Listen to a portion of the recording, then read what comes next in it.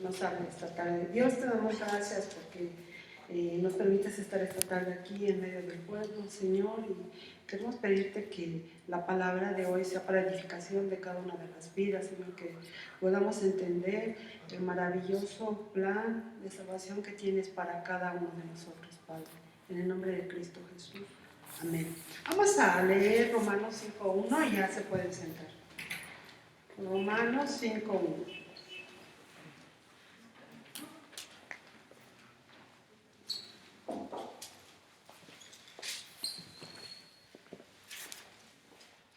¿Ya lo tenemos? Todos juntos. Justificados, pues, por la fe, tenemos paz para con Dios por medio de nuestro Señor Jesucristo. Pueden sentarse. Entonces, este tiempo estamos viendo las doctrinas de la gracia y hoy vamos a hablar de lo que es la justificación.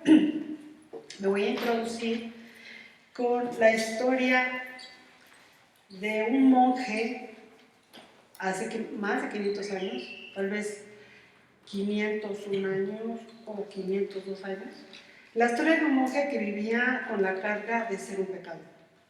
Y la historia de este hombre que no tenía paz, que su biografía dice que él hacía confesión por sus pecados día y noche, y que muchas veces cuando iba a confesar sus pecados y se regresaba en supuesta paz a su habitación, volvía a recordar pecados que no había confesado y volvía a regresar a aquel lugar donde tenía que hacer confesión, y su vida se había convertido en una tremenda carga por ese pesar, hasta que Dios le reveló una palabra que se encuentra en Habacuc 2.4. Vamos a leerlo. Habacuc 2.4. Y ese es el libro que nos cuesta mucho trabajo encontrarlo. Bueno, a mí. ¿Alguien ya lo tiene? Si alguien ya lo encontró, a ver si le puede dar lectura, por favor. He aquí que aquel cuya alma no es recta se enorgullece, mas el justo por su fe vivirá. Ahí está. Mas el justo por la fe vivirá, ¿verdad? ¿De qué personaje estoy hablando? De Lutero, un monje que vivió hace 500 años.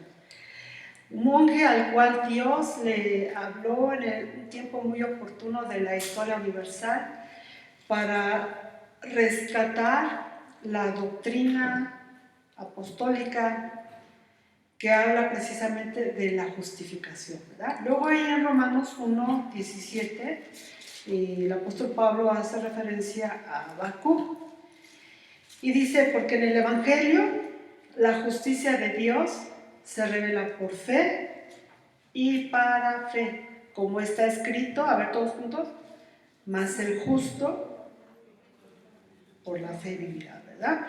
Entonces, la doctrina de la justificación nos refiere a que el hombre necesita ser justificado delante de Dios. ¿De qué? ¿De qué tiene que ser justificado? De su pecado, ¿verdad? Entonces vamos a ver cómo explicamos o cómo entendemos la doctrina de la justificación. Tendríamos que empezar por Romanos 3, versículo 10, que dice así: como está escrito, no hay justo ni aún uno, ¿verdad?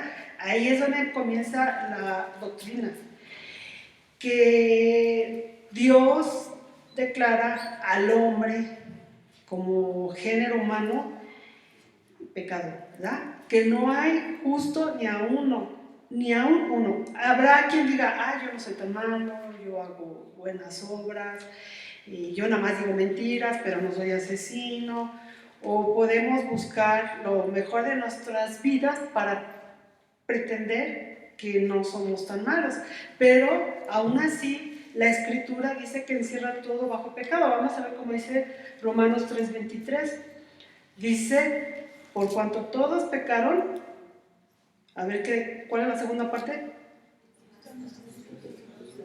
están destituidos de la gloria de Dios, ¿verdad? Entonces, ¿qué es lo que establece la Escritura? Esto, muchachos, pues es la doctrina de la justificación. Ustedes también pueden apuntar los versículos y aprendérnosla bien para que podamos nosotros compartir con otras personas, ¿verdad? Porque el hombre tiene necesidad de ser justificado. Entonces, dice la Escritura que no hay una sola persona que se pueda justificar delante de Dios, porque Dios siempre declarará al hombre como un pecador, ¿no? ¿Desde dónde comenzó el hombre a ser un pecador? Bueno, la Escritura nos habla de que el hombre o el pecado se transmitió desde la caída de Adán en el huerto.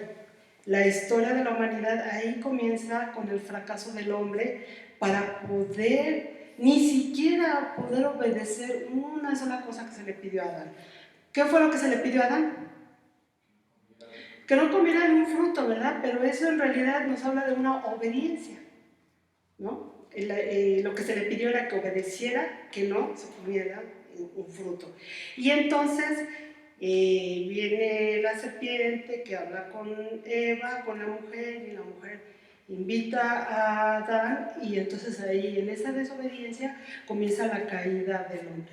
Entonces esta caída o este pecado que cometió Adán se le transmite a toda la raza humana. Entonces encontramos lo que dice Romanos 3:23, que dice: por cuanto todos pecaron y están destituidos de la gloria de Dios. Luego entonces el hombre se encuentra en una tremenda necesidad. Si ha sido expulsado del Edén o del paraíso, ahí donde tenía convivencia con Dios, donde hablaba con el Padre, con el Creador, y Dios le pidió a Adán que le pusiera nombres a los animales y que comenzara la vida. Pero entonces él, al caer, Dios tiene que expulsarlo de ese lugar maravilloso donde tenía comunión con Dios. Pero cuando él es expulsado, Adán, entonces él tiene, o Dios busca la manera en que Adán vuelva a relacionarse con Dios, y entonces encontramos que Dios establece esta regla o esta ley que dice que sin derramamiento de sangre, ¿qué pasa? No hay remisión de pecados, ¿verdad?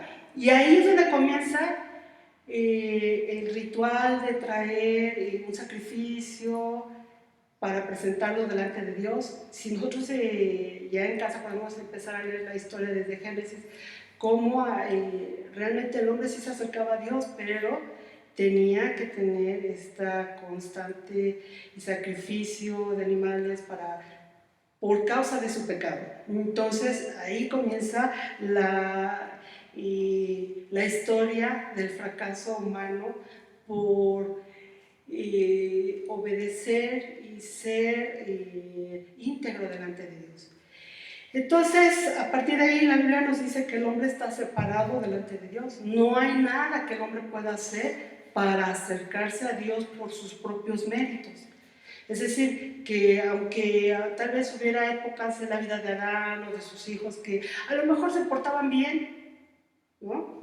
No tenían malos pensamientos, no se peleaban, no odiaban, pero eso no les servía para acercarse a Dios. Y vamos a ver cómo, por ejemplo, en Isaías 64 nos dice acerca de todo lo que el hombre pueda hacer por sus propios méritos para acercarse a Dios. ¿Qué nos dice ahí la escritura en Isaías 64:6? A ver, alguien léalo. Si bien todos nosotros somos como suciedad, y todas nuestras justicias como trapo de inmundicia, y caíamos todos nosotros como la hoja, y nuestras maldades nos llevaron como viento.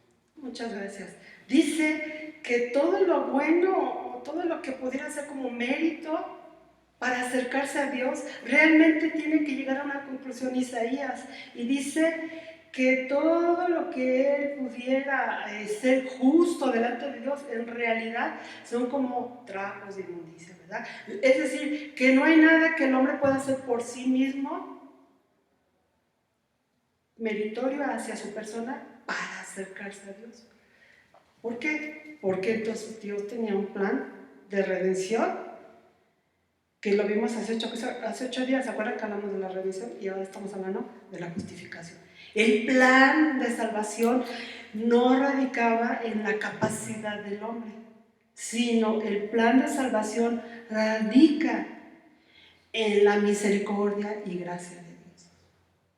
Porque si nosotros hiciéramos algo para que Dios nos perdone por nuestros propios méritos, entonces eso le quita honor y gloria a la obra redentora de Cristo. Por eso es que dice, todo lo bueno que yo pudiera hacer, en realidad son como trapos de inmundicia delante de Dios. El mérito es de Cristo. Entonces, ¿qué es la justificación? Por decir, vamos a ver cómo dice Job 9:2. Es una pregunta que Job se hace.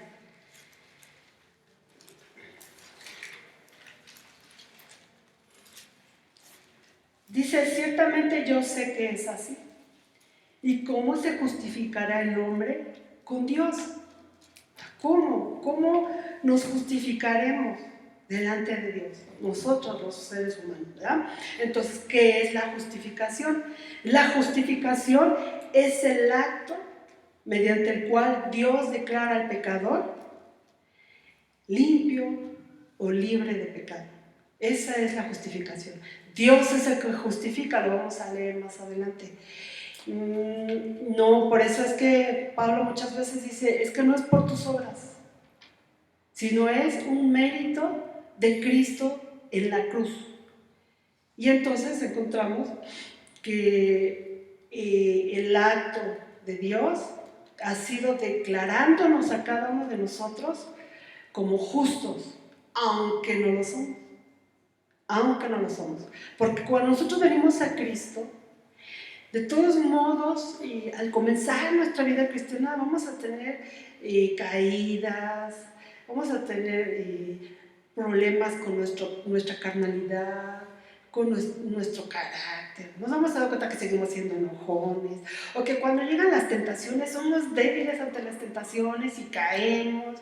¿Y cuántas veces diremos, ya llevo 3, hasta contamos nuestros fracasos, ¿no? Ya llevo 3 caídas, o llevo 1 por lo menos?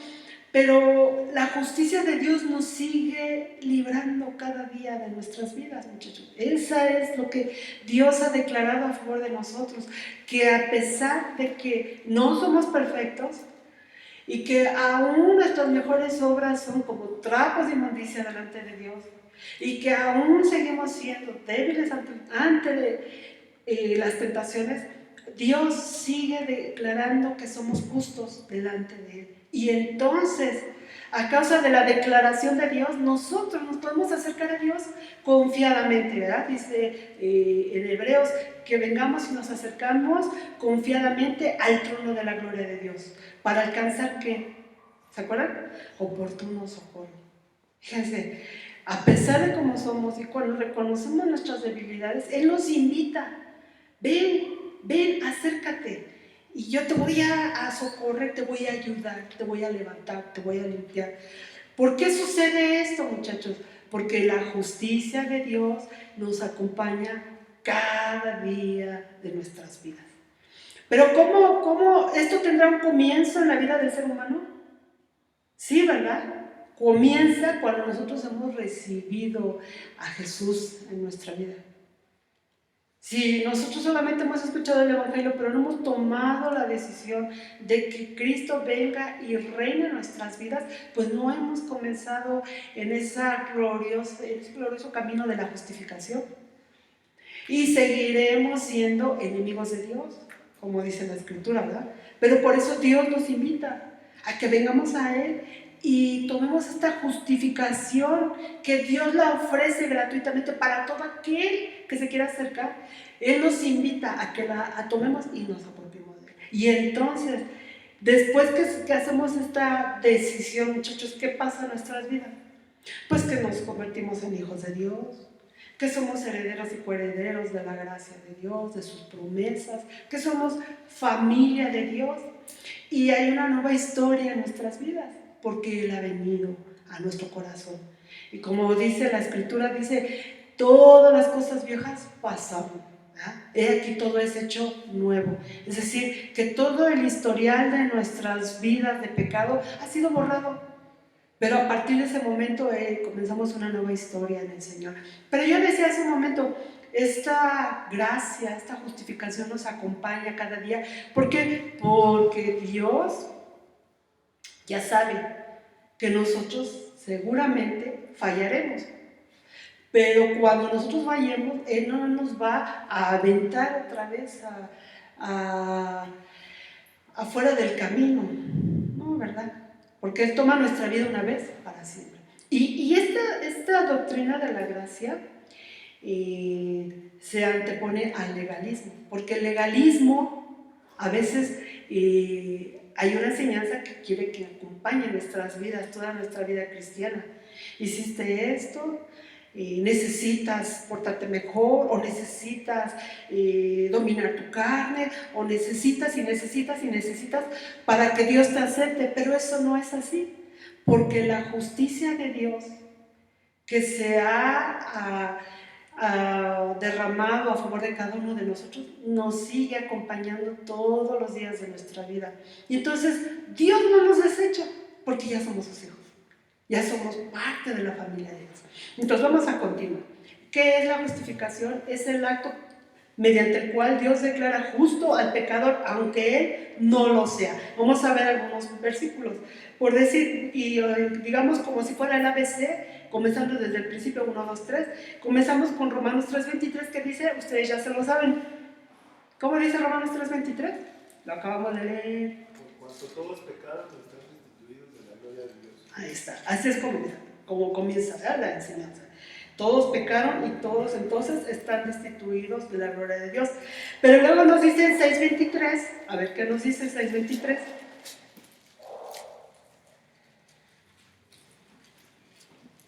Porque la paga del pecado es muerte, mas la dádiva de Dios es vida eterna en Cristo Jesús, Señor nuestro. Ahí nos hace una sentencia, pero una grande noticia, ¿no? En ese solo versículo. ¿Cuál es la mala noticia de ese versículo? ¿La paga del pecado? ¿O cómo dice? Ajá, porque la paga del pecado, ¿qué es? Muerte. Pero y entonces nosotros podemos decir, bueno, pero eso aplica para los que están en la cárcel, en Santa Marta, Catitla, ¿verdad? Pero ¿qué dijimos en Romanos 3:23? Todos son pecadores, ¿verdad? Entonces aquí en el 6:23 nos dice, y como tú eres pecador, lo que tú mereces es muerte. Pero y enseguida hay una nueva noticia, o una muy buena noticia. ¿Cuál es, muchachos? Mas la dádiva de Dios es vida eterna. ¿En quién? En Cristo Jesús, ¿verdad? Esa es la buena noticia. Y esa es la justificación. Tú merecías morir por tu pecado, pero Dios ha dado a Cristo, esa es su dádiva. Dios ha dado a Cristo Jesús para que tú tengas vida eterna, ¿verdad? Entonces, seguimos adelante. Luego dice que Jesús fue a la cruz como nuestro sustituto. Isaías 53:7. A ver, búsquenle. Es decir, que nosotros, o más bien la pregunta sería, ¿en qué momento Dios, o cómo es que ahora nosotros tenemos vida eterna? Entonces aquí nosotros en Isaías 53:7 nos habla de esa obra redentora que llevó a Jesús a la cruz, ¿verdad? A ver, alguien que lo lea. Angustiado él y afligido, no abrió su boca. Como cordero fue llevado al matadero, y como oveja delante de sus trasquiladores, enmudeció y no abrió su boca. Gracias. Entonces, Jesús es nuestro sustituto. Nosotros deberíamos de haber ido como al matadero. Nosotros, a causa de nuestro pecado. Pero entonces, el Señor, Dios nos dice, hay alguien que te sustituyó en lo que tú merecías. ¿Quién me sustituyó? Y entonces aquí, todo Isaías 53, nos habla de la obra redentora de Cristo Jesús, ¿verdad? Y este versículo nos explica bien ¿Cuál es el significado de la muerte de Cristo? ¿O cómo fue esa muerte? Y nos dice que Jesús iba angustiado, ¿verdad? Que había una aflicción, pero que no abrió su boca, sino que él, como un cordero, acuérdense que los corderos es un animal dócil, que hay que empujar para que vaya por el camino. Entonces nosotros podríamos ver a Jesús como ese cordero dócil que le están diciendo tienes que llegar al final del pasillo, y él va obedientemente al final del pasillo, aunque ese final es muerte, ¿verdad? Dice, como cordero fue llevado al matadero y como oveja delante de sus trasquiladores enmudeció y no abrió su boca, ¿verdad? Jesús fue entregado también para nuestra justificación, según Romanos 4:24.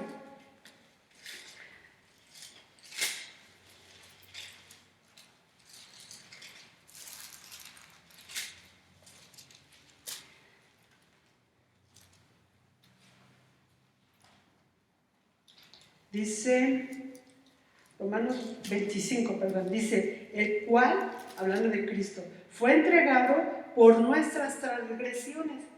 O sea, recordando a ese cordero de Isaías, ¿verdad? Que le dijeron, tienes que recorrer el camino y llegar al final. Entonces, aquí Romanos nos dice, Él fue entregado. ¿Por qué? ¿Por qué Jesús tuvo que pasar ese camino? Por nuestras transgresiones, por nuestros pecados, por nuestra culpa, ¿no? Por nuestros odios, por nuestros malos pensamientos, por nuestro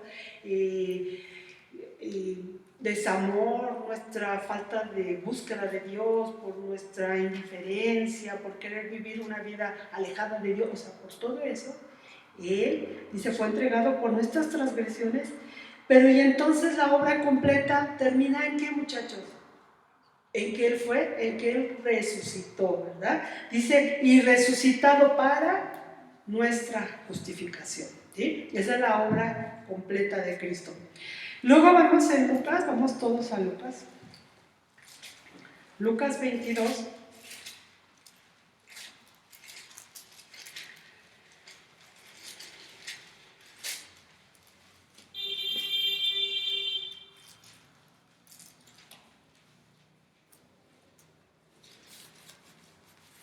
Lucas 22. A ver, si me ayudan ahí, googlearle, porque este no es el versículo. Pasa de mí esta copa, es el versículo. Si es posible, pasa de mí esta copa. 40, se lo escribió otra vez. Muy bien, sí, es el Lucas 22, 42. ¿Sí? Dice, Padre, si quieres, pasa de mí esta copa, pero no se haga mi voluntad, sino la tuya. Yo quiero, muchachos, que ustedes, todos vieron la película de Mel Gibson de La Pasión de Cristo. Estaba oyendo una predicación de un hermano que hablaba de la película y decía que a muchas personas les había parecido hasta la película escandalosa y a lo mejor hasta algo feo, porque mucha sangre, ¿no? ¿Se acuerdan? Mucha sangre, Jesús hinchado y todo eso. Pero tal vez fue peor, ¿no? De lo que la película nos describe. Ese acto romano fue un acto sanguinario contra una persona inocente, ¿no? Si habláramos en términos legales o de leyes, Jesús fue acusado injustamente o mentirosamente. Y fue golpeado, azotado, le pusieron esa corona de espinas que le picó, que lo rasguñó, que lo hizo sangrar. Entonces, todo eso que sucedió, a lo mejor nosotros al ver la película nos conmovemos y decimos, ay, pobrecito, ¿no? O qué tremendo está sufriendo. Pero fíjense que hay algo que nosotros sí debemos de poner atención. ¿Qué dice aquí Jesús en esa agonía o en ese tiempo cuando Él estaba orando porque sabía lo que iba a suceder? Él le ruega al Padre que pase, si es posible, pasa de mí esta copa. Y no se refería, muchachos, al momento del sufrimiento, tal vez al peor momento cuando Él estuviera en la cruz, que le hubieran agujerado las manos, que seguramente debe haber sido un tremendo dolor. Pero no se refería a ese momento, sino se refería a la copa de la ira de Dios. ¿Por qué? Porque Jesús, en ese momento que Él estaba en la cruz, todos los pecados de la humanidad cayeron sobre Él, digamos. Toda la maldad, todas las guerras, todos los odios, todos los genocidios, todos los insultos, las blasfemias, la idolatría, todo lo que la humanidad, imagínense en los tiempos bíblicos, ¿se acuerdan que ahí en el Antiguo Testamento hablan de ese culto a Moloch? ¿Se acuerdan de que hay un dios por ahí que se menciona, que llevaban a los bebés, ¿se acuerdan? Y que los pasaban por fuego, dice, o sea, los quemaban. O sea, toda esa maldad de la humanidad, en el momento que Cristo estaba en la cruz, llegó a su persona. Y como nosotros sabemos que Jesús era como un cordero inocente, que no, realmente en Él no se halló engaño, dice la Escritura, ni pecado, pero estando ahí, Él recibió toda la maldad de la humanidad. Y entonces, la ira de Dios, que es dirigida hacia el pecado, hacia el pecador. Imagínense, por decir, este tipo de tanta violencia que vivimos en nuestro país, muchachos, y que hemos oído cosas terribles en las noticias, por decir algo, por decir lo de los 43, perdón, que fueron quemados, según, ¿no? Y me acuerdo que ese día que yo estaba viendo esa noticia que fue, pararon todos los programas de la televisión para que pudieran dar ese resumen de cómo estaban las conclusiones de esa investigación, y que el señor que contaba cómo habían llevado a los muchachos, cómo se habían subido en un camión y que llegaron digamos, al precipicio donde estaba el basurero, y que algunos ya venían ahogándose porque venían creo que dijeron que era una estaquita, una camioneta chiquita, que habían metido 43 personas y que se venían asfixiando y golpeando entre ellos, y que cuando llegaron a ese lugar, que seguramente ya algunos ya estaban muertos, y luego le prendieron fuego. Esa es una maldad llevada al mayor extremo, ¿no? O sea, la gente que es mala se ha vuelto más mala en este tiempo. Entonces, toda la maldad de la humanidad causa una ira en Dios, ¿no? Como cuando Dios iba a destruir Sodoma y Gomorra, ¿recuerdan? Y que Abraham le pedía, ¿no?, que no la destruyera. ¿Voy bien? Y que le decía, si hubiera 50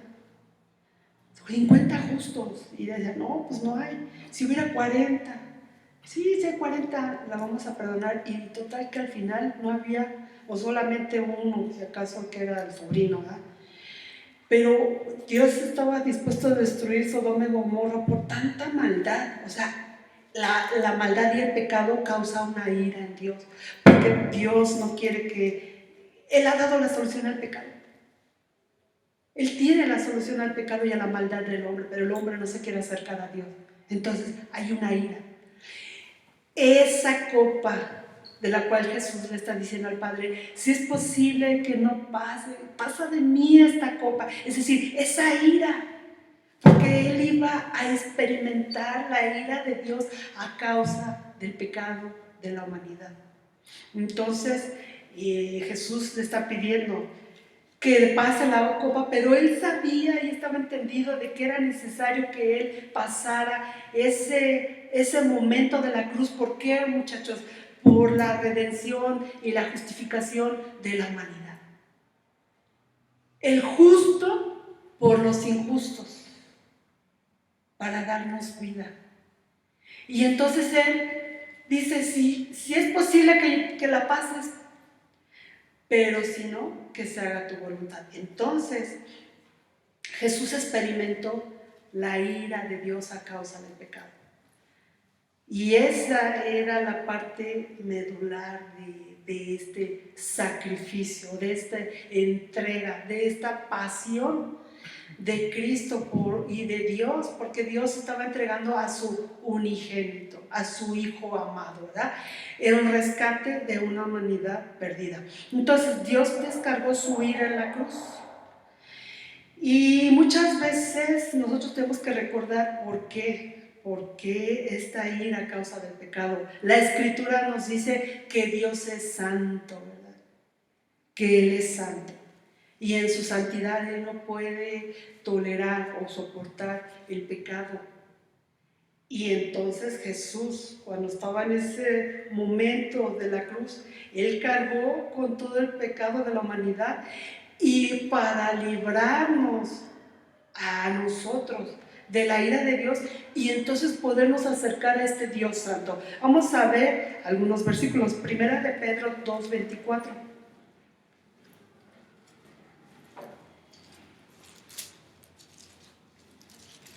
¿Cómo dice? Que llevó él mismo nuestros pecados en su cuerpo sobre el madero, para que nosotros, estando muertos a los pecados, vivamos a la justicia. Y por cuya herida fuisteis sanados. Fíjense cómo dice aquí que Jesús, Él llevó todos nuestros pecados, ¿verdad?, en su cuerpo sobre el madero. Ese es el momento de la muerte de Cristo, ¿verdad? Digamos, ¿para qué? Con un propósito, para que estando muertos nosotros al pecado, entonces vivamos, ¿a qué? A la justicia, ¿verdad? Ahora vamos a regresar a Isaías 53. 53:6.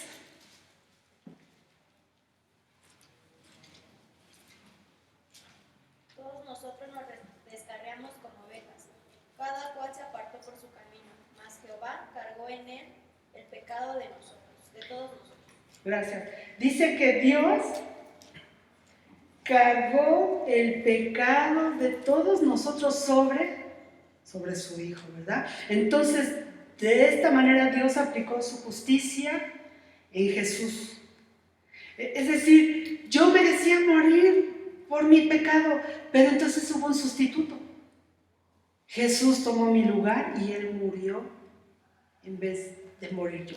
¿Sí? Esa es la justicia de Dios, que nosotros no lo merecíamos, pero Jesús murió en lugar de nosotros. Entonces ahora su justicia se aplica a favor de nosotros, ¿sí? Dice, entonces la salvación es una obra de Dios imputada al hombre. ¿Por qué Dios hace esto? Por su gracia. Su gracia de Dios, vamos buscando Romanos 3:24, a lo mejor ya lo leímos, pero su gracia de Dios, muchachos, es ese favor que Dios muestra a alguien que no lo merece. Y solo y nada menos que por esa gracia es que Dios ha aplicado la justicia a favor de nosotros. ¿Cómo dice una vez más? 3:24. Siendo justificados gratuitamente por su gracia, mediante la redención que es en Cristo Jesús. Gracias. Entonces dice que somos justificados, pero ¿cuánto nos costó? ¿Cuánto nos costó? Nada, ¿verdad? Porque ahí dice gratuitamente por su gracia. Es una obra de Dios, Dios lo ha concedido a la humanidad, ¿sí? Entonces dice, mediante la redención que es en Cristo Jesús. Luego nos dice también que la sangre que derramó Jesús es la base de esta justificación. Ahí en Romanos 5:9 dice así: pues mucho más, estando ya justificados en su sangre, por él seremos salvos de la ira, de esa ira que hablábamos hace rato, a causa del pecado, ¿verdad? Pero como Jesús derramó su sangre, ya nosotros hemos sido librados de esa ira. Entonces, todo esto, ¿cómo se logra a favor del hombre? La Biblia nos dice que la fe es el medio para recibir la justificación. Fe en el Señor Jesús. Fe, ¿qué es la fe? Es una certeza. ¿verdad? Es una certeza que le creemos a Dios de que lo que Jesús hizo en la cruz es suficiente para que nosotros seamos librados de su ira o de esa muerte eterna. Vamos a ver otra vez unos versículos allá en Romanos 3:28. Nos dice cómo es que esta gracia o esta fe trabaja a favor de nosotros. ¿Cómo dice? 3:28. Concluimos pues que el hombre es justificado por fe sin las obras de la ley. Ahí nos aclara, ¿verdad? Es por fe, es por una gracia de Dios y no tiene nada que ver con lo que nosotros podamos hacer. Nada, ¿sí? Luego en el 4:5 dice: mas el que no obra, sino que cree en aquel que justifica al impío, su fe le es contada por justicia, ¿verdad? Es decir, no hay nada que el hombre pueda hacer para que, una vez más, para que se justifique o se autojustifique delante de Dios. No, no es por ahí, sino que nosotros tenemos que creer que lo que Dios ha hecho a favor de nosotros nos es contado como una justicia a favor de nosotros. Y en el 5:1 nos vuelve a hablar de esa fe. Dice: justificados pues por la fe, ¿qué tenemos? Paz para con Dios por medio de nuestro Señor Jesucristo. Es decir, toda la obra de redención para el hombre es una obra exclusiva de Dios. Por eso es que no hay nada o no se nos pide que hagamos nada para ser salvos, porque Cristo lo hizo todo por nosotros. Cuando uno ya en el camino del Señor, uno trata de ser mejor, o sea, como una, hasta psicológico, ¿no? O sea, como una autoayuda. Ya no voy a tener malos pensamientos, o ya voy a aceptar a esta persona, o ya no voy a decir groserías, o sea, todo eso es un esfuerzo, es esfuerzo humano, y porque tenemos una carga mental que nos dice: ay, tú te portas re mal, o tú sigues siendo igual que siempre, o tú tienes muchos defectos, o tienes muchos pecados, y entonces digamos que por acá tengo una Lidia buena y una Lidia mala. La Lidia mala me está acusando todo el día, ¿no? Me está diciendo la mala persona, la pésima cristiana que soy. Y la otra Lidia me dice: esfuérzate, y ya no hagas esto, ya no hables, o pellízcate cada que digas una grosería. O nos contaban de una hermana que es maestra y que a sus alumnos les puso un bote para que cada que digan groserías le pongan ahí dinero. Y uno viene todas las mañanas y echa uno de 20 porque dice: por los que voy a decir. Ya calcula todas las groserías que va a decir. Pero con esto lo que les quiero decir es que a veces nosotros queremos hacer un esfuerzo humano con la intención de que Dios no nos rechace o no nos deseche, sino que este esfuerzo humano es para que Dios me siga amando o que Dios no se vaya de mí. Pero no es así, muchachos. Cuando Dios ha tomado nuestras vidas es para siempre, y Dios ya sabe que somos débiles, que fallamos, que tenemos muchas cosas que no nos ayudan en nuestro carácter y cómo somos, pero Él no nos va a dejar cuando hemos puesto nuestras vidas en el Señor. ¿Saben por qué? A causa de esta justificación y a causa de esta obra completa y perfecta a favor de nosotros. Por eso no debemos olvidar esto, porque a veces en el camino, muchachos, podemos caer en un camino legalista.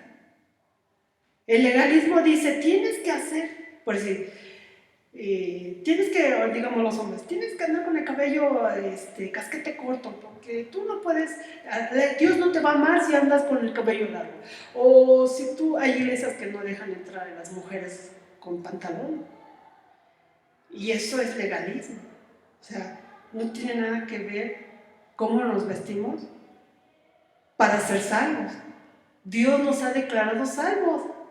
Y no tiene nada que ver cómo nos vestíamos. ¿Me entienden?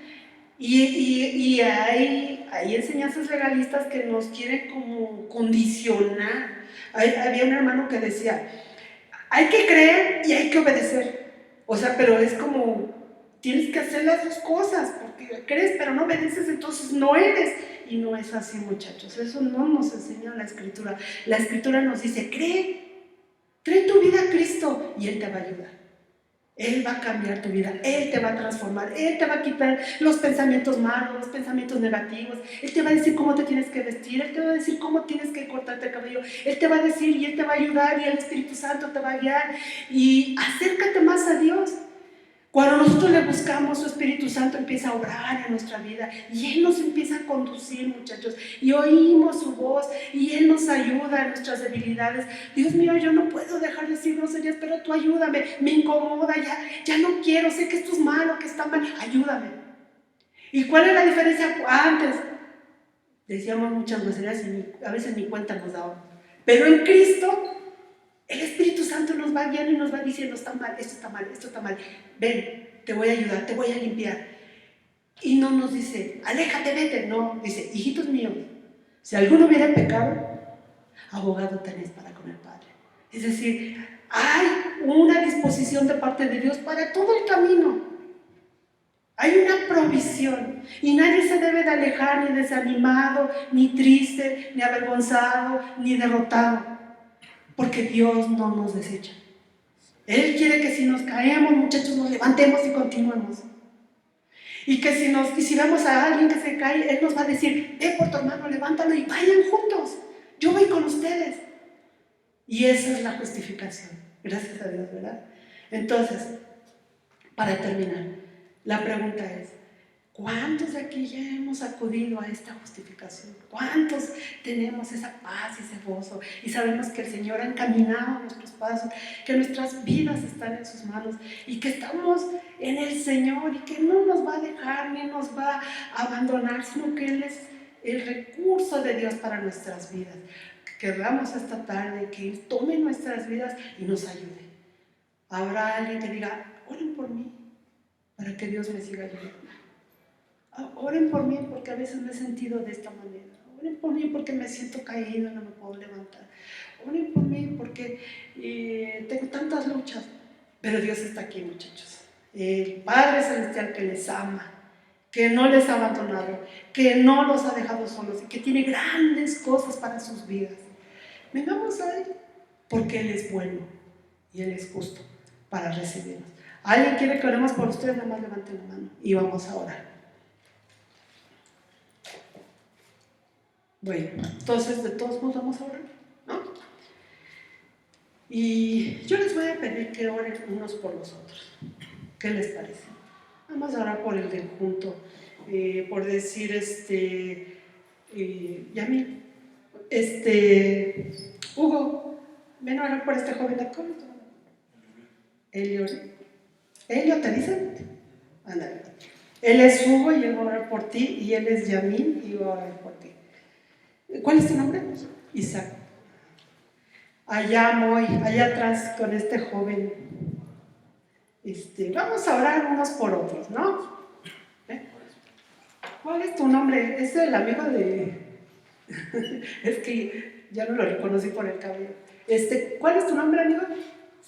José, el amigo de Salvador. Ahí vamos a orar. Acérquense, por decir, Isaac, no puedes orar por Josué. Le voy a pedir a Alejandra que ore por Isaac, ¿vale? Y esta Sofi por Jos. Y acá Luis con Sammy, para que no estén solitos. ¿Sí?